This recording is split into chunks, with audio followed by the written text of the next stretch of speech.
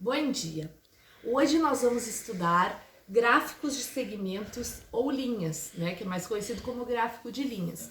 Esse conteúdo vocês encontram na apostila de vocês também, né, para dar uma aprofundada. Então, assim, ó, gráfico de linhas, vocês já fizeram a pesquisa anterior, então vocês já sabem do que se trata. Eu trouxe um exemplo aqui. Ó, o ano e a produção de milho no Brasil em tonelada, em milhões de toneladas, nesses anos de 1990 até 1995. Então tem o valor que cada ano produziu em milhões de toneladas. E nós vamos passar, o nosso desafio é passar esses dados dessa tabela para um gráfico de linhas. Então acompanhe aqui comigo, ó. Como nós vamos fazer isso? Com a ajuda de uma régua. Primeira coisa importante, gente, que não pode faltar é o título. Assim como a tabela, o meu gráfico tem que ter título, tá? Todo gráfico deve ter título, porque a pessoa que olhar o gráfico, ela tem que saber do que se trata o assunto. Eu vou fazer, primeiro passo, um eixo horizontal, né, com uma régua, e um eixo vertical. No eixo horizontal, é aquilo que não varia. Por exemplo, o ano, a produção de milho no Brasil. O valor vai variar, né? Se for no Brasil, na Itália, no México, na Argentina, sempre o que varia fica no eixo vertical. O ano é o mesmo, tanto no Brasil como na Alemanha, na Itália, o ano vai ser sempre o mesmo. Então, o dado fixo, que não varia de um lugar para outro, é na horizontal. Aquilo que é variante, né? A variante vai no eixo vertical. Isso é muito importante para vocês na hora de fazer o gráfico saber o que vai na horizontal e na vertical. Então, aqui, de acordo com a minha tabela, eu vou olhar aqui, ó, em 1990 foi produzido 24 milhões de toneladas. Então, o meu eixo vertical aqui eu fiz de 10 em 10, 24 vai ser aproximadamente aqui, né? Então, eu vou pontilhar de lápis 1990, ó, e vou passar um tracinho aqui. Marco com um ponto, né? O meu gráfico de linhas ao segmento tem o ponto. E aí, eu marco aqui, 24. Meu dado 1990, então 24 milhões de toneladas. Em 1991, foram 30 milhões de toneladas. Então, eu vou puxar aqui, ó. Pode ser com a régua, para ficar bem certinho. Tô fazendo sem a régua, só para não demorar muito. Aqui, puxo aqui e marco o pontinho. Então, em 1991, foram produzidos 30 milhões de toneladas. Em 92, de acordo com a tabela, foi 29. Então, eu vou colocar o 29 aqui. Vou puxar o pontilhado até 1992. Vou fazer o encontro desse gráfico. Depois, 32 em 1993. Então, 31, 32 aqui.